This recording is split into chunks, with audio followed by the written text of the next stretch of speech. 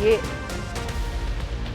Right now at noon, it's been 20 years. A look back at two deadly twisters that tore through the 4 states on May 4th, 2003.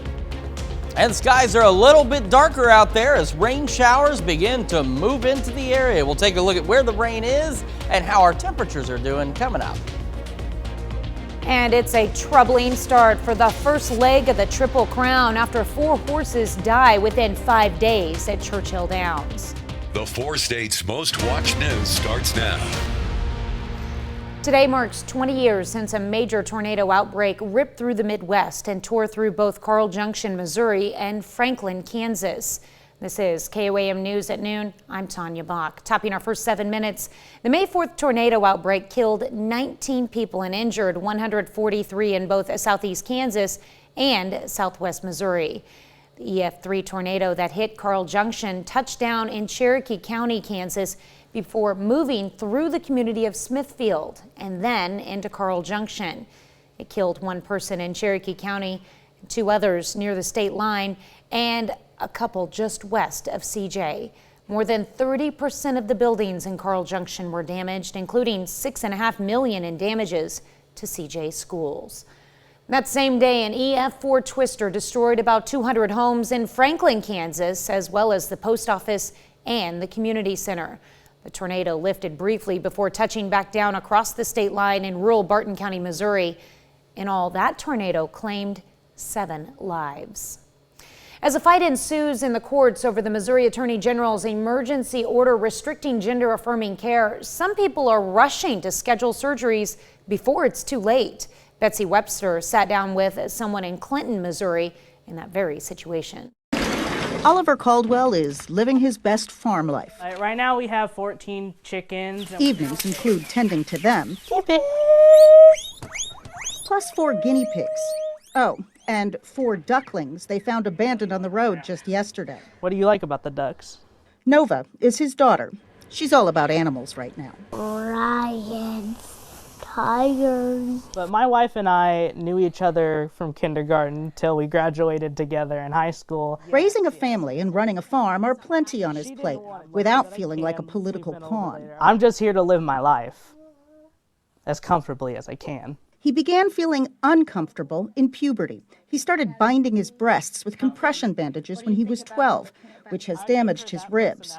He had a breast removal set up for July. But they're not trusting me to know my body well enough to do something that I've wanted since I was a child.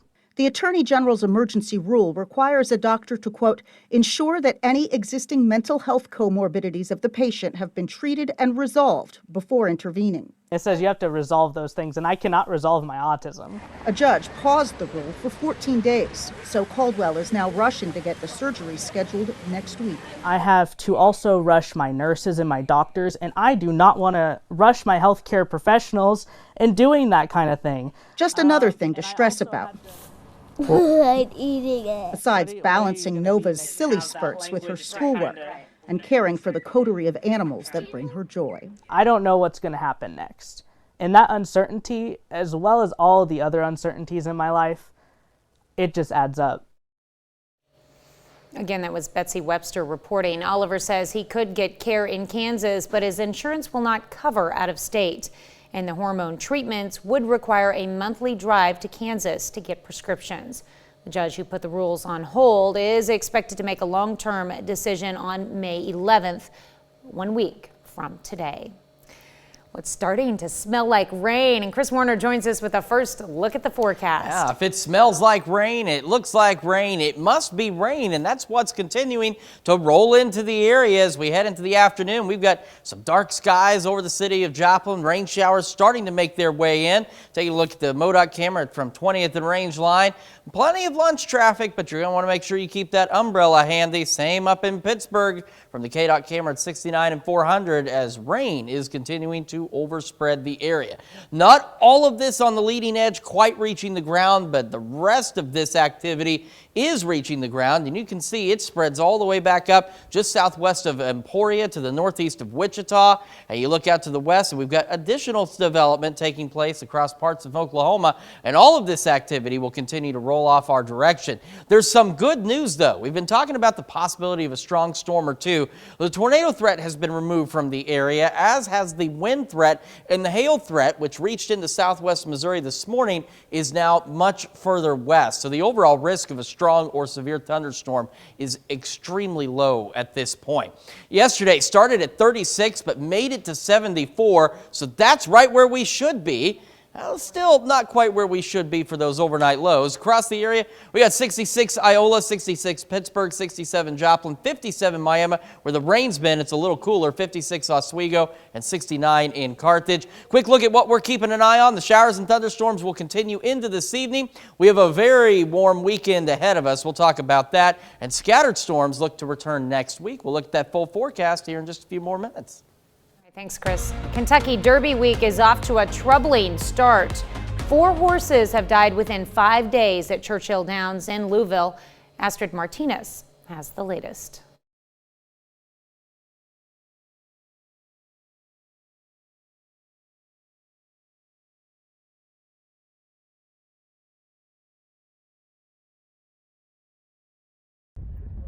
The recent deaths of 4 horses at Churchill Downs is casting a shadow over this year's Kentucky Derby. This is a coincidence. I mean, you know, horses do get hurt occasionally, but to have 4 or whatever the number is right now in so few days is very unusual. 2 of the deaths involve horses trained by Safi Joseph Jr., a famous trainer. He says it's not clear what happened. Blood work revealed nothing out of the ordinary.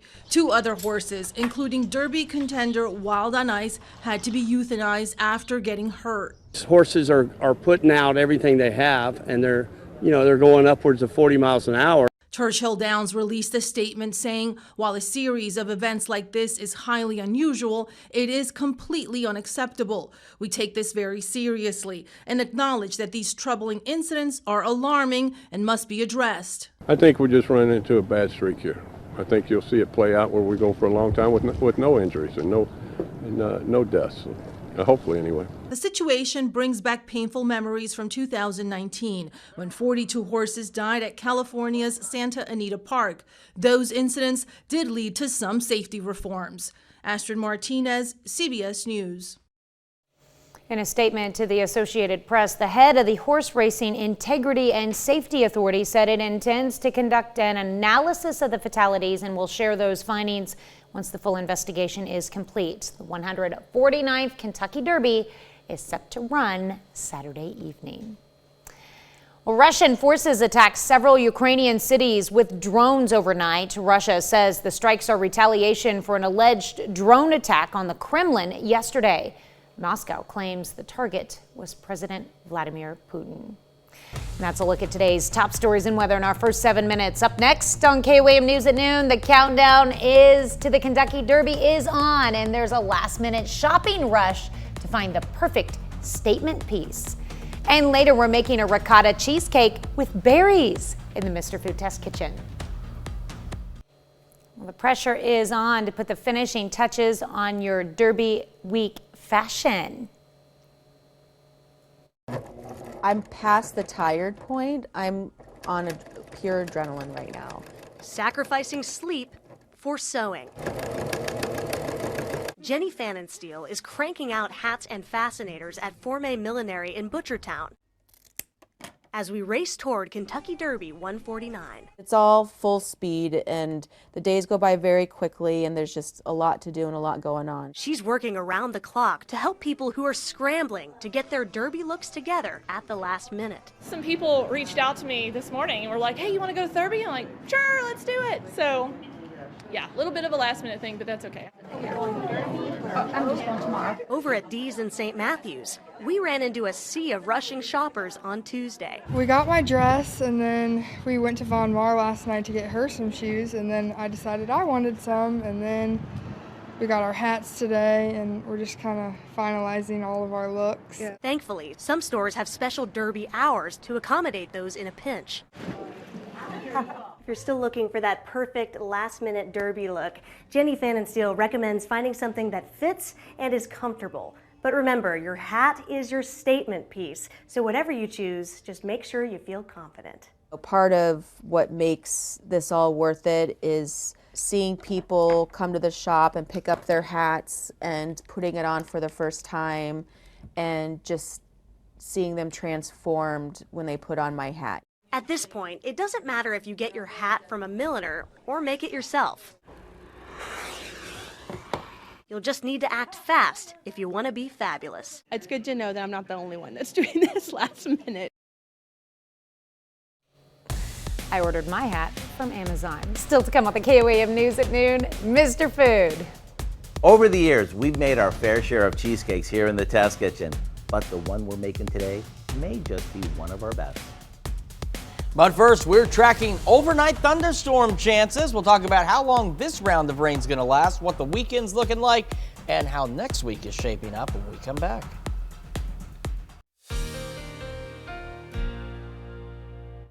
Welcome back to the KOAM News at noon. So we've got those rain showers and even a couple of rumbles of thunder starting to roll through the area. And it's just about right on schedule. And this rain's going to last with us for a while, which I know is great news for those who have really been looking forward to this much needed rainfall. So here we are in the Skywatch Storm Tracker, starting to see that rain rolling on through the 4 states. And we've even got it building back toward just between Emporia and Wichita. Thunderstorms developing just between Pumpkin City and Bartlesville. All of this activity slowly rolling off to the east. In fact, let's look at how slowly it's rolling. So we were watching thunderstorms earlier this morning out by Ponca City. Here they were. They're actually a pretty good line of storms from Ponca City to Tulsa. And it kind of died out. It just moved so slow, and then it's just evolved into this batch of much needed rain across the area. So we don't need any severe weather. We just need the rain, and that is exactly what we're getting. Those strong storm possibilities we were talking about, they have been scaled back significantly. The tornado threat has been removed off the maps in our area, and the wind threat and the hail threat, which earlier reached into southwest Missouri, has been scaled back significantly. So again, a strong storm or two possible late tonight, but it's looking less and less likely that we're going to have any strong or severe weather, just some good old thunderstorms bringing much needed rainfall. And as we go through the evening, this will continue and just stay overspread over a good chunk of the area. Here we are at 10 o'clock, showers, thunderstorms continue. We go into early tomorrow morning, showers, thunderstorms continue, and then they start to work their way out. And then they were looking to work their way out, say around 8 o'clock tomorrow morning, but it looks like, say around 5, 6 o'clock, they will be on their way out of here. So here's a look at that. We've got the rain chances. They fluctuate a bit because these are going to be scattered in some situations, but they hold on all the way through about 6 o'clock, and then you see we hit 8, 10. They begin to taper off quite quickly. Our camera, 7th and range line, it is cloudy. It is beginning to rain. Same from the MoDOT camera at 20th and range line, looking back to the south. And the KDOT camera at 69 and 400. Roads up there dry right now. Not all of the rain on radar reaching the ground yet, but it will as it continues to roll through the area. We're sitting at 67 in Joplin, south breeze at 10 miles an hour, so not too bad. Up in Pittsburgh, and not bad, 65 degrees, south breeze at 10 miles an hour as well. We've got that southerly breeze, which was helping with the warmer temperatures, but we're just not getting as warm as we'd like. And you look at temperatures where the rain's been, 57 Sedan, 55 Chatopa, 57 Miami, Veneta, and then you can see where the rain cutoff point is, because then we go to 67 Chanute, 69 Nevada and Lamar, as well as Carthage, and 65 in Neosho. So some of us made it up there a little bit, just not by much. So we're looking to top out right about 70 degrees, and the rain showers will continue. We head into this evening, not bad in terms of temperatures, mid to upper 50s, and we'll see a few rumbles of thunder as the night progresses. And again, as we head into tomorrow, we'll start to see this activity taper off. Clouds will clear later in the day, and we'll start to warm up. And just a quick check on those precipitation chances as we head into tomorrow. So let's talk about that weekend, though. Check this out. Near 80 tomorrow, pushing near 90 degrees for Saturday and Sunday. Saturday, great but very warm day to get outside. And then we head into Sunday and through all of next week, we've got these isolated to scattered thunderstorms. We're not talking all day rain, but we're looking at thunderstorms here and there every day next week, which is welcome news, especially for farmers. And temperatures upper 70s to lower 80s for the most part. And I love our overnight lows hanging out in the 60s to near 70. So great temperatures and great opportunities for some additional much needed rain. All right. Yeah. Looks like those temperatures are about to warm up and It's bring gonna us feel summer like before we know summertime it. right here. Yeah. All right. Thanks, Chris. Well, stick around. We're making a ricotta cheesecake with berries after the break. Well, today we're making a classic New York style cheesecake with ricotta cheese. It's a ricotta cheesecake with berries in the Mr. Food Test Kitchen. You know, over the years, we've made our fair share of cheesecakes here in the Test Kitchen. Not only have we replicated the classic New York style cheesecake, but we've also gone fancy with holiday versions like pumpkin cheesecake and peppermint swirl. However, my new favorite is an old world Italian cheesecake that's highlighted by the richness of ricotta. To whip this up at home, all you have to do is beat some cream cheese and ricotta cheese together. To that, we add some sour cream, a good amount of sugar, a few eggs, a little vanilla, some melted butter, and a bit of flour.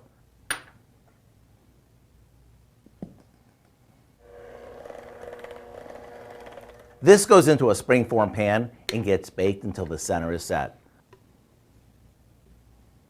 A couple of things you want to remember. Make sure you don't overmix it, and you want to let it cool slowly in the oven after it bakes so it doesn't crack.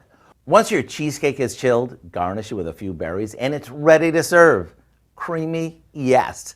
Easy? You bet it is. Rave-worthy? We'll let you be the judge of that. To get the recipe for our ricotta cheesecake with berries, all you have to do is visit our website. I'm Howard with Kelly in the Mr. Food Test Kitchen, where today we found an old world way for you to say, ooh, it's so good. I love cheesecake. You can find this recipe along with a lot more good food from the Mr. Food Test Kitchen online. Just go to our website at KOAMnewsnow.com. Here's a look at our 4-state market prices.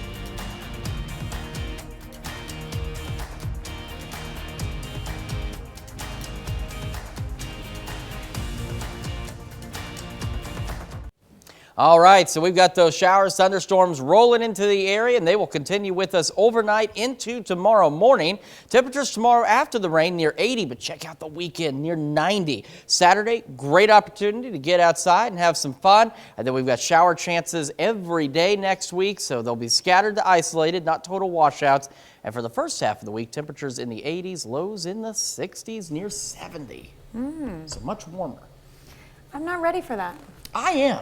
No. I'm absolutely ready. I'm ready for spring to stay here. Like, no need for AC or heat. Just let it ride. We don't have spring in the 4 states. Come on, Tanya. I know. Well, coming up tonight at 5, up to 90% of women going through menopause develop debilitating symptoms. The most effective treatment is hormone therapy, but many doctors will not prescribe it. And Health Watch, how the tide is changing. Plus, from mechanic to medicine, a KCU student graduating this weekend shares his journey from owning a mechanic shop to becoming a doctor. And Missouri Southern State University and Crowder College strengthened their partnership with the signing of the 2+2 program. Join us for those stories and much more tonight on the KOAM News at 5. All right, and thanks for joining us for the KOAM News at noon. And the rest of the team will see you right back here at 5 o'clock.